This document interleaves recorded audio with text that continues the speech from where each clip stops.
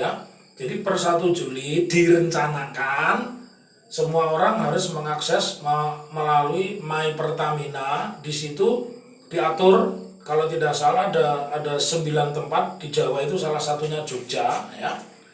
Kenapa saya menentang itu? Karena sebelum menonton tayangan ini, jangan lupa untuk subscribe, like, dan komen, terus share.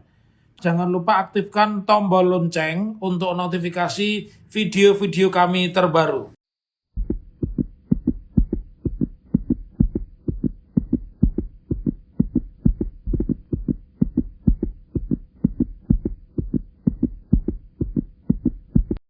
Assalamualaikum warahmatullahi wabarakatuh. Ketemu kembali di channel yang cerdas, jernih, jujur, dan pemberani. Kali ini saya membahas tentang sengkarut pengelolaan bahan bakar minyak, bahwa BBM ini sebenarnya sudah masuk kategori bahan pokok. Sepertinya pemerintah itu kehabisan uang, ya, kehabisan mekanisme, karena ini pemerintah ini mau habis. Mereka memanfaatkan segala cara. Ini saya berikan satu jawabannya.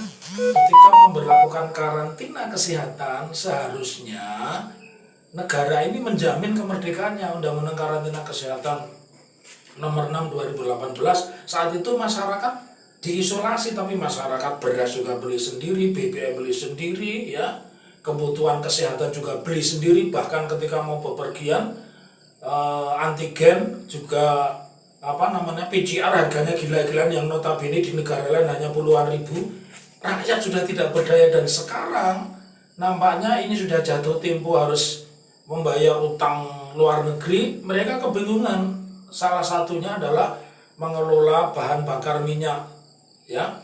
Jadi per 1 Juli direncanakan semua orang harus mengakses melalui My Pertamina. Di situ diatur, kalau tidak salah ada 9 tempat di Jawa, itu salah satunya Jogja ya.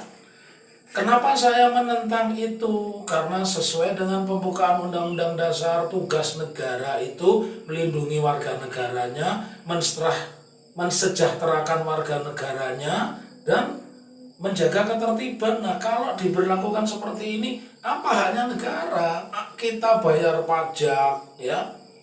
Hal apapun dikelola dengan pajak, ya. Bahkan yang namanya BPJS itu harusnya ketika membayar berbeda, layanannya berbeda, ternyata juga tidak. Masyarakat pun juga diam saja.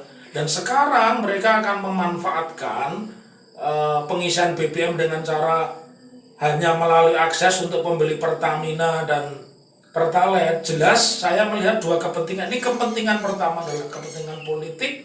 Kepentingan yang kedua ini adalah dalam rangka memobilisasi ini, ya. Jadi ini tidak ada kaitannya dengan kesejahteraan. Kalau sejahtera dimudahkan, karena yang membutuhkan solar dan Pertalite itu bukan hanya orang-orang terpelajar seperti kita ini, orang-orang desa yang tidak pernah pegang HP, orang-orang desa yang tidak pernah mengerti internet pun mereka juga berhak, karena itu tugas negara mensejahterakan.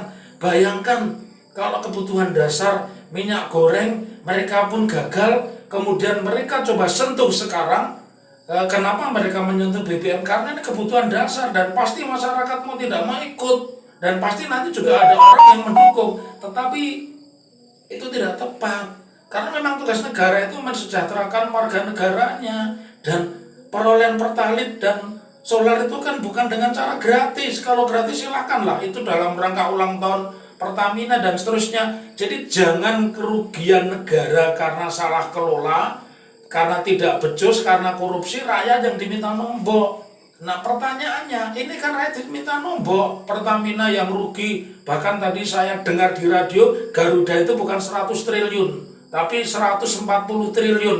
Apa-apaan kalau kemudian hajat hidup orang banyak ini juga diwajibkan oleh negara, masyarakat ternyata tidak mudah tapi justru dipersulit, dan ini ada kepentingan politisnya. Pasti nanti akan muncul big data yang akan diklaim secara sepihak. Tetapi sebagai orang hukum saya akan menyoroti, itu tidak benar. Tugas negara itu mempermudah, memberikan kesejahteraan. Bayangkan kalau untuk Pertalite orang harus mengakses, ini kan dua kontroversi. Di satu sisi orang tidak boleh menggunakan HP, di tempat itu karena sudah kehabisan akal, akhirnya orang untuk beli Pertamax dan Pertalite pun harus menggunakan aplikasi yang bertolak belakang dengan aturannya. Jadi sekali lagi, saya sebagai orang yang paham hukum, sebagai warga negara, saya akan menolak ya.